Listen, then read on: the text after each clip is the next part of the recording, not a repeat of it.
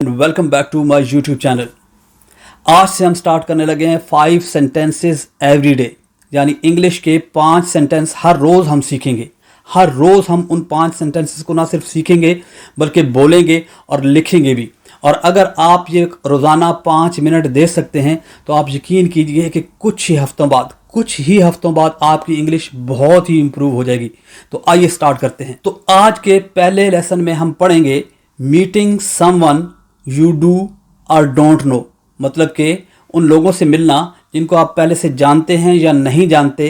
तो जब उनसे मिलते हैं तो कौन सी बातचीत करते हैं, कौन से सेंटेंसेस बोलते हैं। तो नंबर 1 पर है it's nice to bump into you. It's nice to bump into you. Bump into you का मतलब है कि किसी से बाई चांस मिलना, जैसे मार्केट में, बाजार में, रास्ते में आप किसी को मिलते हैं तो उसको बम्प इनटू कहते हैं, उस तरह मिलने को, बाई चांस मिलने को। तो आपको पहले प्लान नहीं होता किसी को मिलने का, तो उस वक्त आप बोलिए it's nice to bump into you. और अगर पहले ही किसी को आप मिल चुके हैं, जानते हैं, तो उसमें आप आखिर में ये कह सकते हैं it's nice to bump into you again. Number 2 पर है it's great to finally meet you in person. ये वहाँ बोला जाता है जिनको आप पहले मिल नहीं चुके होते, या फ़ोन पे बात हो चुकी होती है, या आप किसी सोशल मीडिया के थ्रू उनका तारुफ होता है, या किसी शख्स ने एक दूसरे का तारुफ गायबाना तरीके से कराया होता है।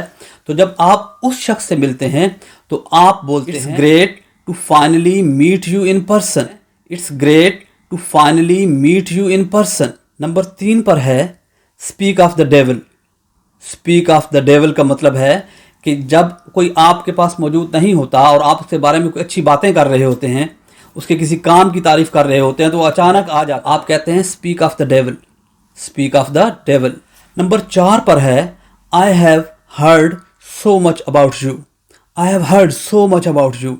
I have heard so much about you.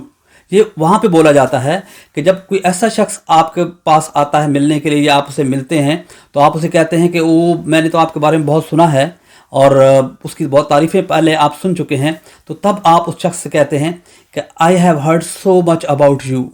I have heard so much about you, यानी मैं तो तुम्हारे बारे में बहुत अच्छी अच्छी बातें पहले सुन चुका हूँ। नंबर 5 पर है I don't think we have crossed paths before.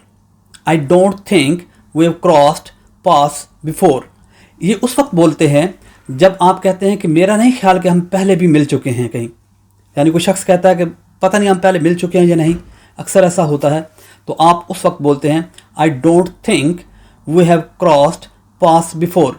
मेरा नहीं ख्याल कि हम पहले भी कभी मिल चुके हैं।